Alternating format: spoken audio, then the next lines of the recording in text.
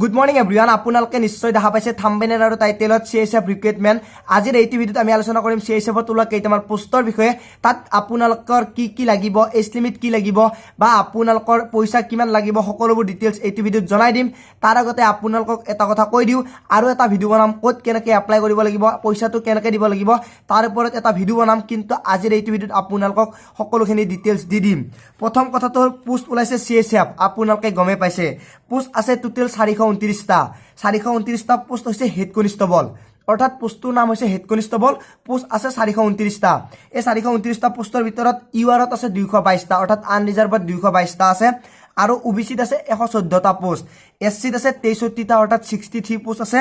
এসটিত আছে 30 অৰ্থাৎ 30টা পোষ্ট আছে কিন্তু এনেকা না ভাবিব যে এসটিত ইমান কম আছে এসসিত ইমান কম আছে কিন্তু ইউআৰত যি 222টা পোষ্ট আছে সেইখিনিত আপোনালোকে যদি বেছি নাম্বাৰ পায় তাতে সোমাই যাব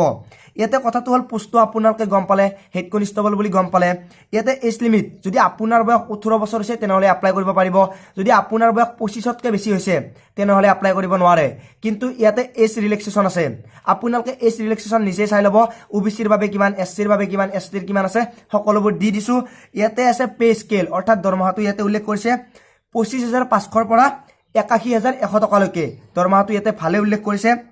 ইয়াৰ বাহিৰে আপোনালোকে এপ্লিকেশন ফিজ যদি ওবিসি আৰু জেনাৰেল হয় তেনেহলে 100 টকা দিব লাগিব আৰু যদি এসসি এসটি হয় কোনো ধৰণৰ পইচা দিব নালাগে পইচাটো কেনেকৈ দিব লাগিব মই তাৰ ওপৰত এটা ভিডিঅ' বনাম আৰু কেনেকৈ এপ্লাই কৰিব লাগিব তাৰ ওপৰতো ভিডিঅ' বনাম ইয়াতে লাষ্ট ডেট উল্লেখ কৰিছে অৰ্থাৎ এপ্লাই কৰা লাষ্ট ডেট হৈছে 20 ফেব্ৰুৱাৰী আৰু আপোনালোকে এপ্লাই কৰিব পাৰিব 21 জানুৱাৰীৰ পৰা 21 জানুৱাৰীৰ দিনৰ পৰা আপোনালোকে এপ্লাই কৰিব পাৰিব 20 ফেব্ৰুৱাৰী লাষ্ট ডেট হ'ব 20 ফেব্ৰুৱাৰীৰ পৰা আপোনালোকে এপ্লাই কৰিব নোৱাৰে ইয়াৰ পিছত আহিল এডুকেশ্যন অৰ্থাৎ আপোনালোকে কি পাস কৰা হ'ব লাগিব যদি আপোনালোকে 12 পাস কৰিছে তেনেহলে আৰ্টস সায়েন্স কমাৰ্চ যে নহওক কিয় এপ্লাই কৰিব পাৰিব ইয়াৰ বাহিৰে আপোনালোকক কোনো ধৰণৰ এডুকেশ্যনেল কোৱালিফিকেশ্যন নালাগে ইয়াতে কোনো ধৰণৰ পাৰ্চেন্টেজ ধৰি দিয়া না আপোনাৰ যিমানে পাৰ্চেন্টেজ নহওক কিয় সকলোৱে এপ্লাই কৰিব পাৰিব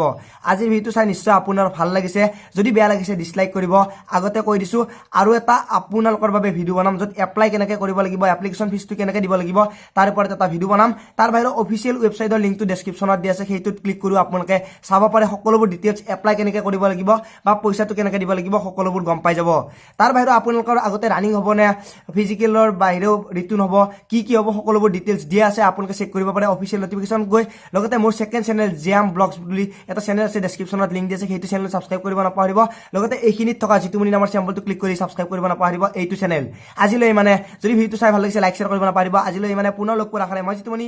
জয় আই অসম।